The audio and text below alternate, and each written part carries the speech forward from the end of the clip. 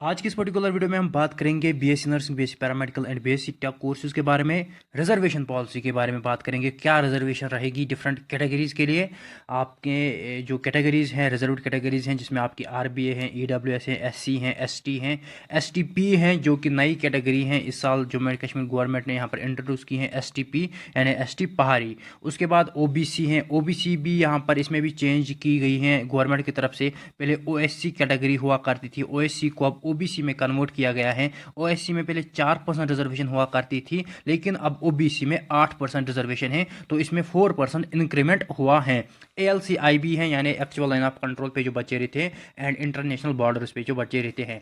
And यहाँ पर जो सीडीपी, जेकेपीएम एंड एसपी हैं, इसमें भी चेंज की है गवर्नमेंट ने। तो ये पहले वर्टिकल रिजर्वेशन में आती थी, लेकिन अब ये हॉरिजॉन्टल रिजर्वेशन में है। एक तो sports category, JKPM and CDP. CDP का मतलब चिल्ड्रन ऑफ डिफेंस पर्सनल, जो एस्पेरेंटस डिफेंस पर्सनल के बच्चे होते हैं, and Jammu and Kashmir police personal के जो बच्चे होते हैं उनके पास जेकेपीएम कैटेगरी होती हैं। तो सीडीपी, जेकेपीएम एंड एसपी अब हॉरिजॉन्टल रिजर्वेशन के अंडर आती हैं, जो कि पहले वर्टिकल रिजर्वेशन के अंडर आती थी।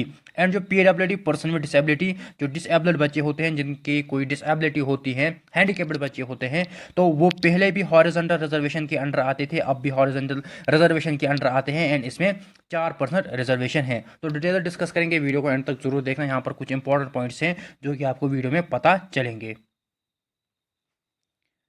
सबसे पहले हम बात करेंगे RBA, EWS and SC category की। आरबीए यानी रेजिडेंट ऑफ बैकवर्ड एरिया, जो बच्चे बैकवर्ड एरियाज में रहते हैं उनके पास एक कैटेगरी होती है, उसको हम आरबीए कहते हैं, यानी रेजिडेंट ऑफ बैकवर्ड एरिया। तो इसमें पहले भी 10% रिजर्वेशन हुआ करती थी, अब भी 10% रिजर्वेशन है। ईडब्ल्यूएस यानी इकोनॉमिकली वीकर सेक्शंस, इसमें पहले 10% रिजर्वेशन होती थी, अब भी इसमें 10% रिजर्वेशन है। एससी यानी शेड्यूल कास्ट, इसमें पहले 8% रिजर्वेशन होती थी, अब भी 8% रिजर्वेशन है। सो ये तीन ऐसी कैटेगरीज हैं जिनमें कोई चेंज नहीं है, तो यहां पर हम लिख सकते हैं no change in these categories. Next जो हमारे पास तीन कैटेगरी है वो है आपकी एसटी, एसटीपी एंड ओबीसी। तो यहाँ पर चेंज की गई है इस साल जम्मू एंड कश्मीर गवर्नमेंट की तरफ से। एसटी ओल्ड हम इसको रखेंगे, तो इसमें पहले 10% रिजर्वेशन हुआ करती थी, अब भी 10% रिजर्वेशन है। सो इसको हमने अब नाम दिया एसटी ओल्ड, जो पहले भी हुआ करती थी अब भी। लेकिन इस साल जम्मू एंड कश्मीर ने एसटी पहाड़ी और एक कैटेगरी इंट्रोड्यूस की है, तो इसमें यहाँ पर 10% रिजर्वेशन रखी गई है। ये सबसे बड़ी चेंज है इस साल की, गवर्नमेंट की तरफ से एसटी पहाड़ी नई कैटेगरी बनाई गई है और इसमें 10% रिजर्वेशन रखी है। तो एसटी ओल्ड पहले 10% थी, इसमें कोई चेंज नहीं है। अब और एक एसटी की कैटेगरी बनाई है एसटी पहाड़ी, इसमें 10% रिजर्वेशन है। तो हमारे पास एक कैटेगरी हुआ करती थी पीएसपी, यहाँ पर भी एक पॉइंट है इंपॉर्टेंट, पहाड़ी स्पीकिंग पीपल। इसमें 4% रिजर्वेशन हुआ करती थी, किसमें? पीएसपी में। तो वो पीएसपी भी अब इसी एसटीपी में मर्ज हुई है। इसका मतलब यह है कि जो बच्चे जिनके पास पीएसपी कैटेगरी हुआ करती थी, अब उनको कौन सी कैटेगरी नई बनानी है? एसटी पहाड़ी। सो पीएसपी का कंसेप्ट अब खत्म हो गया है। पहाड़ी स्पीकिंग पीपल एक कैटेगरी हुआ करती थी, रिजर्व्ड कैटेगरी, जिसमें 4% रिजर्वेशन होती थी। अब उन बच्चों को नई कैटेगरी बनाई है एसटी पहाड़ी। अब वो यही इसी में आएंगे, एसटी पहाड़ी। और एसटी पहाड़ी में अब कितनी परसेंट रिजर्वेशन है? 10%। तो इसमें जो रिजर्वेशन, इसमें जो रिजर्वेशन है वो ऑब्वियसली बढ़ाई गई है 10%। पहले पीएसपी में 4% हुआ करती थी, अब एसटी पहाड़ी में 10% है। लेकिन इसमें और ग्रुप्स ऐड हुए हैं, एक तो पीएसपी ग्रुप ऐड हुआ है और भी इसमें बहुत सारे ग्रुप्स ऐड हुए हैं। तो अब नई कैटेगरी बनाई है एसटी पहाड़ी, तो पीएसपी भी अब इसी में मर्ज हैं। ये बहुत ही बड़ा चेंज है इस साल का। अब जो हमारे पास नेक्स्ट कैटेगरी है वो है ओबीसी। ओबीसी हमारे पास नेक्स्ट कैटेगरी है, यहाँ पर आप देख सकते हो। इसमें जो रिजर्वेशन है वो है 8%।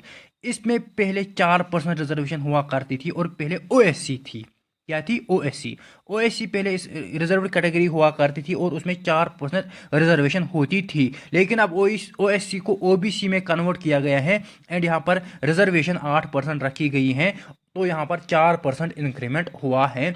ये भी एक बहुत ही बड़ा चेंज है गवर्नमेंट की तरफ से। अब हमारे पास वर्टिकल रिजर्वेशन में और एक कैटेगरी रहती है एएलसी आईबी, यानी एएलसी का मतलब एक्चुअल लाइन ऑफ कंट्रोल पे जो बचे रहते हैं या इंटरनेशनल बॉर्डर्स पे जो बचे रहते हैं, इनके पास एक रिजर्व्ड कैटेगरी होती है ALC IB। तो इसमें पहले 4% रिजर्वेशन होती थी, अब भी इसमें 4% रिजर्वेशन है। तो ये आपकी हो गई ALC IB। सो जो हमने अभी तक बात की है ये आपकी हो गई vertical reservation. Okay, vertical reservation, तो आपकी वर्टिकल रिजर्वेशन हो गई। अब हम हॉरिजॉन्टल रिजर्वेशन की बात करेंगे। हॉरिजॉन्टल रिजर्वेशन में आपको चेंज इस साल की गई है जम्मू एंड कश्मीर गवर्नमेंट की तरफ से।